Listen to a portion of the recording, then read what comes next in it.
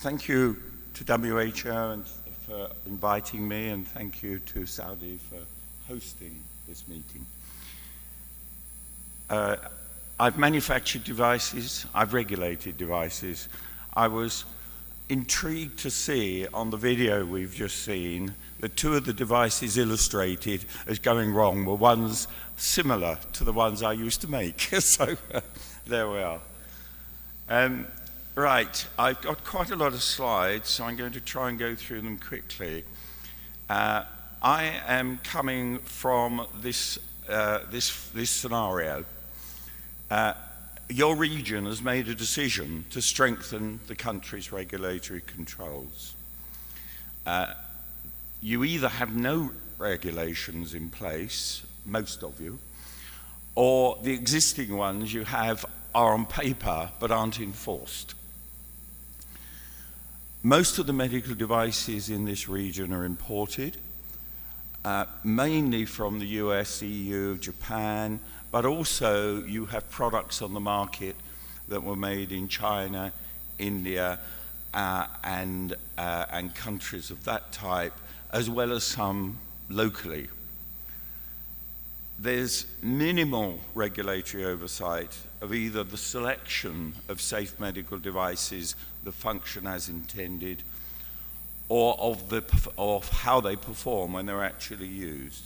So that's where I'm starting from the blank sheet of paper and trying to give you some advice on how do you go from there to actually fulfilling your objective of strengthening the controls. The word step-by-step has got into my presentation as well. The three major steps that I'm going to go through in the slides are the structure and strategy of the regulator, and importantly, its budget. Choosing the conditions under which a manufacturer may access the market, i.e. marketing authorization, and then agreeing requirements to be incorporated into the legislation in respect of regulatory controls applied after it's been placed on the market. So the post-marketing controls, you've just seen a video on an important part of that. So strategic. What's the objective of the strategy? Well, it's to clarify what's the purpose of regulating medical devices, what's the legal framework of the controls, and who's going to be responsible for it? Where within government are you going to place it? You have decisions. I think that all of you, we've seen it mentioned in previous presentations, will agree and acknowledge publicly to your citizens that the reason you're doing this is to improve patient safety, safeguard public health. And I think that will come above encouraging the local manufacturer or in a local industry. That might be a secondary purpose, but I think the first purpose is you're safeguarding yourselves, me, and the citizens of your country. A successful outcome requires commitment, leadership, and continuous support from decision makers. I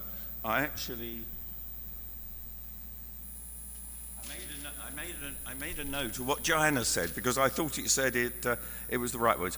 Political will and vision. I would suggest that without that, you're not going to get very far.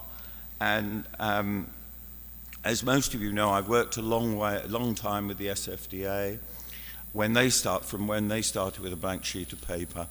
And one of the things that made them successful was they had political commitment at the highest authority within their country. And they had people with the vision of being able to tell me and other people they consulted where they wanted to go. So Without that, it's a much more difficult path. Decision 2, how are you going to structure it? I think, in my mind, there's no absolute right or absolutely wrong way. Most medical device regulators start as 2 or 3 people, often pharmacists, pulled out of a medicines regulating arena, not being trained, not being told what a medical device is and why it's actually any different. That's often the starting position. I think you need to move towards a department which could be in the Ministry of Health. I don't have any fundamental difficulty with that. Or it could be have some autonomy but still reporting in to ministers. But it needs some decision making in its own right. It isn't just a regulator of rather inferior pharmaceuticals. It's actually regulating devices that kill you or can kill you. So independent decision making, evidence based. So why are you doing it? Why are you making it? What are you basing this on? Free from pressure from industry. Industry have an interest in this, believe you me. And political pressure can always sometimes be difficult to deal with.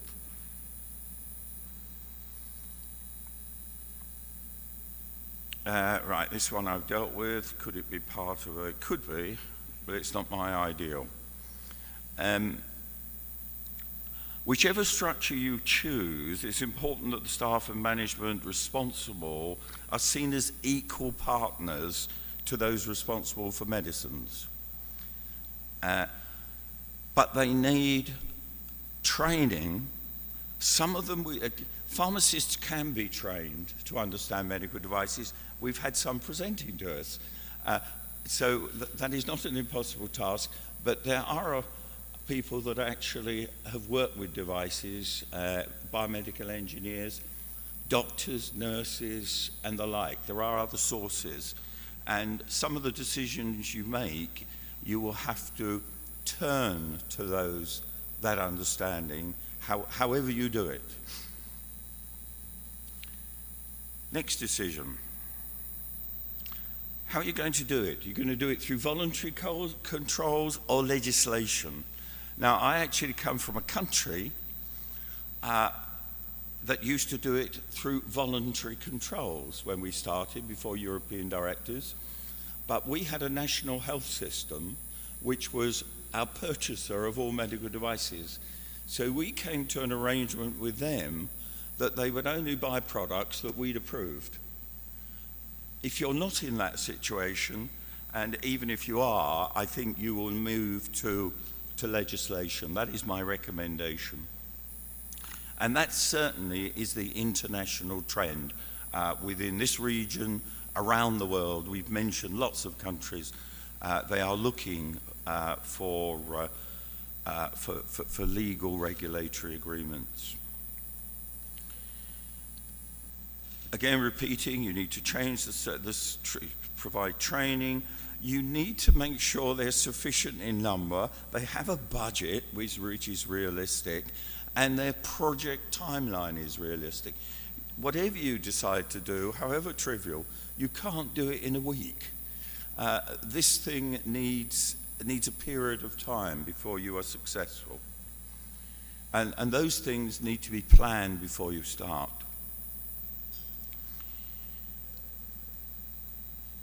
I think I recommend you prepare and implement legislation specific to your country. I would say if you could do it, and some of the small countries around here, I'm going to be talking about things which they would find very difficult to make happen because they have a small market. And if manufacturers see it as too much of a hassle, they say, well, we won't go to your market. That wasn't a problem that Saudi ever had. They had a big market, so they were able to impose these things. But there is an attraction in having regional controls if you can get them. And if the political will is there, and I suppose the big example of that is the European Union, where we do have a single regulation across 28 plus a couple countries. So that would be good, but I do know that's easier for me to say than for you to bring about, but it would be a benefit. So you need to decide how many staff, and you need to train them. Now, my whole presentation is picking up this word, basic controls. Start simple. If you can't do the simple things, you'll never do the complicated things. So start simple. When your staff become more experienced, and when your organization has the procedures in place and they're known to work, certainly more or less work, then you can consider about adding features and so on.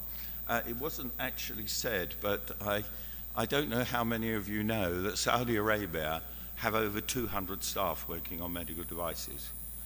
So that shows you the length of the step from having 2 people seconded from a nearby department to actually having an organization that does the things you'll be seeing when you visit SFDA. So that is a really important element. There are too many regulations which are paper regulations. They're written down and they do not have the staff or the knowledge to enforce them. That completely undermines the process, because the manufacturers will say that country is unregulated, despite the piece of paper.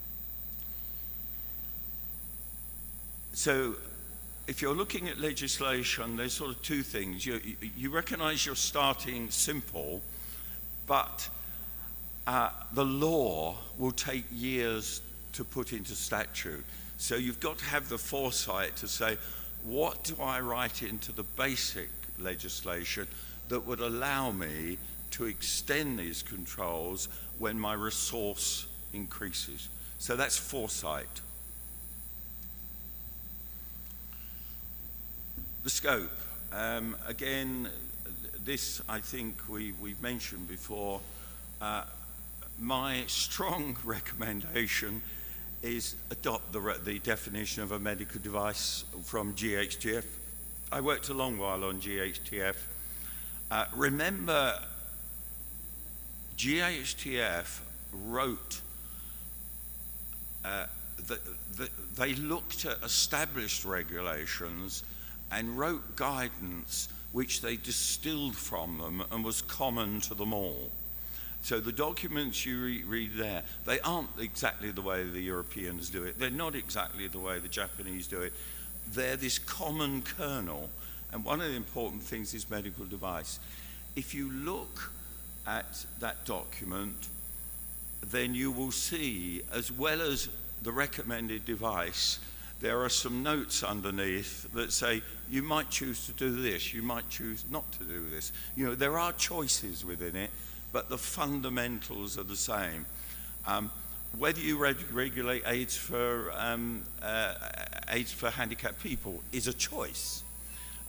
Whether you, what you do about products which incorporate human or animal tissue, that's a choice. In Europe, we have a regulation, a separate regulation for that. But in these countries, your countries, you probably don't. So you will probably have to incorporate that in your definition. Guidance. A wonderful presentation from Joe, stressing the importance of guidance. Legislation is a legal document, and like all legal documents, it's written so that normal people can't understand it. The interpretation of that can only be done through either face-to-face meetings or preferably guidance.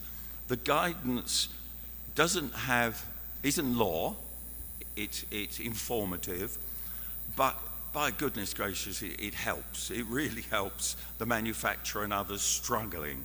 And it's something I think the SFDA have done a really good job on. Right, I mentioned this, GHTF, founded in 1992, gone a long way. It continued as GHTF for a long while, and much of the documents I'm talking about from there. But they then changed into IMDRF. The biggest difference between the two is GHTF, as AHWP, it had an equal, it had participation from manufacturers. IMDRF is a regulators group which invites industry to participate if they think that will be useful to them. Right, decision 6, which procedures are required to support the RA's enforcement decisions? These procedures need to be written into the law. You need procedures you need procedures within your organization to be able to decide. Again, somebody mentioned it this morning. If a manufacturer makes a claim it's a medical device, but it might not be, you need a way of resolving that. You know, either it's there or it's there. So every regulator has those problems, however established their regulations are. Medical devices that incorporate other substances, in particular medicines, and the example always gets used is either drug-eluting stents or tubes which have, I forgot the name of the substance, but they're coated with an agent to stop them clotting. So there are examples like that. They're not borderline in that they're not a medical device only, and they're not a medicine only. So they need to be handled together. Right, who's the regulation going to apply to? You're in a region where you often, you not only have public hospitals, but you have you have university hospitals, private hospitals, and military hospitals. Now, some of these countries, those groups don't talk to each other, you know, or they don't contribute to each other. My recommendation is got to apply to all of them. Otherwise, medical devices will leak in.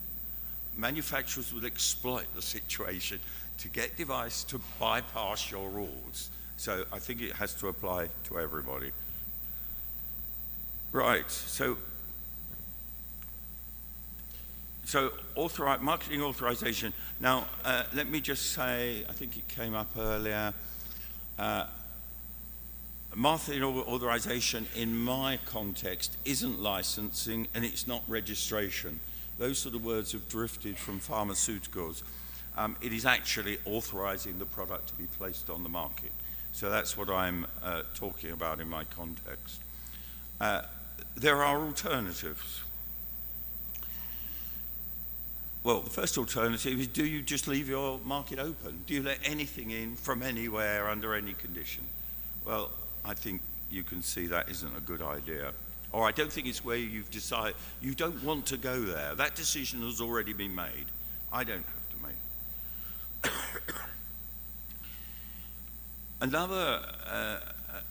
Another choice, and the ones the Saudis followed, is to only allow onto their market devices, medical devices, that they were already marketing in a GHTF founding member. That meant you could rely on the regulators in Europe or FDA or wherever to have done this market authorization testing for you. It transfers the obligation for assessing the safety and performance pre-market to whichever GHTF founding member country. I think that has some virtues. one of the virtues is it's not just a single country, it's a group of well-established companies which are widely recognized. However, identifying what that evidence should be is complicated. And I've forgotten who it was. Manufacturers don't always tell the truth when they apply for marketing authorization. So SFDA have had good, extensive experience of this. They'll be sent information which is not right for that class of device. The documentation is out of date, it's exceeded the date it was authorized, etc., etc., etc.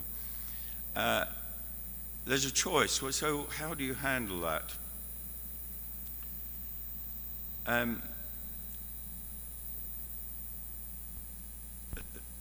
The other thing, and I'll just deal with this and then come back to the point, declaration of conformity. Above all, whatever you have in place, you want the manufacturer or the authorized representative or whoever, on behalf of the company, declaring, attesting, signing, dating, stamping that their products comply with your regulations. Because as a regulator, that's the hook. You know, when you find they don't, you can actually go back and say, oh, you said this, it's not so. So the declaration, and that's the sort of thing, it doesn't cost you any time. It's they've got to do it. How you check it is another matter, but demanding a declaration of conformity is a low administrative task. Right. At the basic level, my recommendation is you start by trusting the information that's provided. As long as it doesn't quack and have webbed feet and you can assume it isn't a duck, then start by going with, if the documentation looks about right, then that's better than it looking all wrong. Later on, as you become more expert, as you begin to get staff that recognize the difference between a false claim or a white lie, or however I might express it, okay, you can do more. Start simple. 5 minutes more. Okay. I've said this one, your regulatory requirements need to be written. If at a later date you decide to go into those documentation in more detail, and you might want to use third parties to help you, then that needs to be allowed within the basic regulation, but with an unknown date.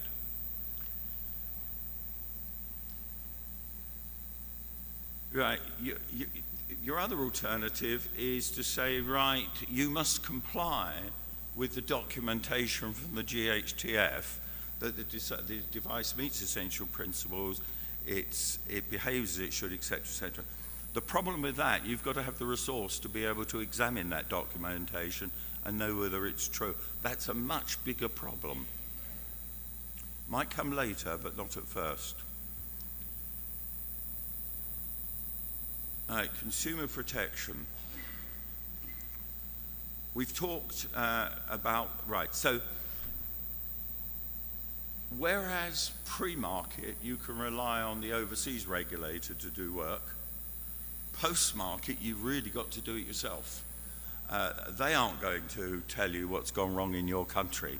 So when it comes to adverse incidents, recording and demanding that the manufacturer tells them about, that's down to you. You've got to, and to some extent that's almost where I start. Even at the basic level you need controls on that, and you start by saying, I only want to be told about the ones where somebody's died or been seriously injured or might have done. You know, you can start like that, deal with those, but you need to investigate those yourself. Do you write that into law? I think you probably do, that it is a manufacturer's obligation, or a distributor's obligation, or an authorised representative. You need to know. You need to have a way of telling health authorities that a device is unsafe. Even if they've approved, it happens in the EU, they're all CE marked, they all approve, some of them still fail. You discover something wrong after the event. In that case, you've got to be able to issue a safety notice to hospitals, I call it, which I suspect you will want to write, but in collaboration with the manufacturer. And you also want a way of either quarantining or withdrawing devices from the market if they so need.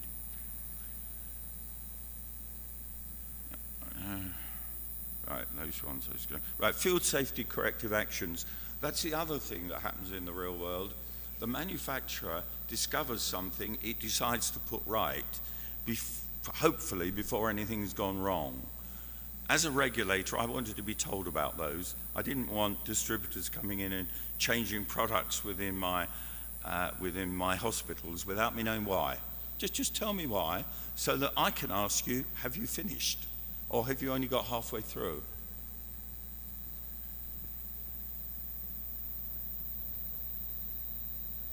Withdrawing medical devices, that's what I called safeguarding action just now, and I mentioned it.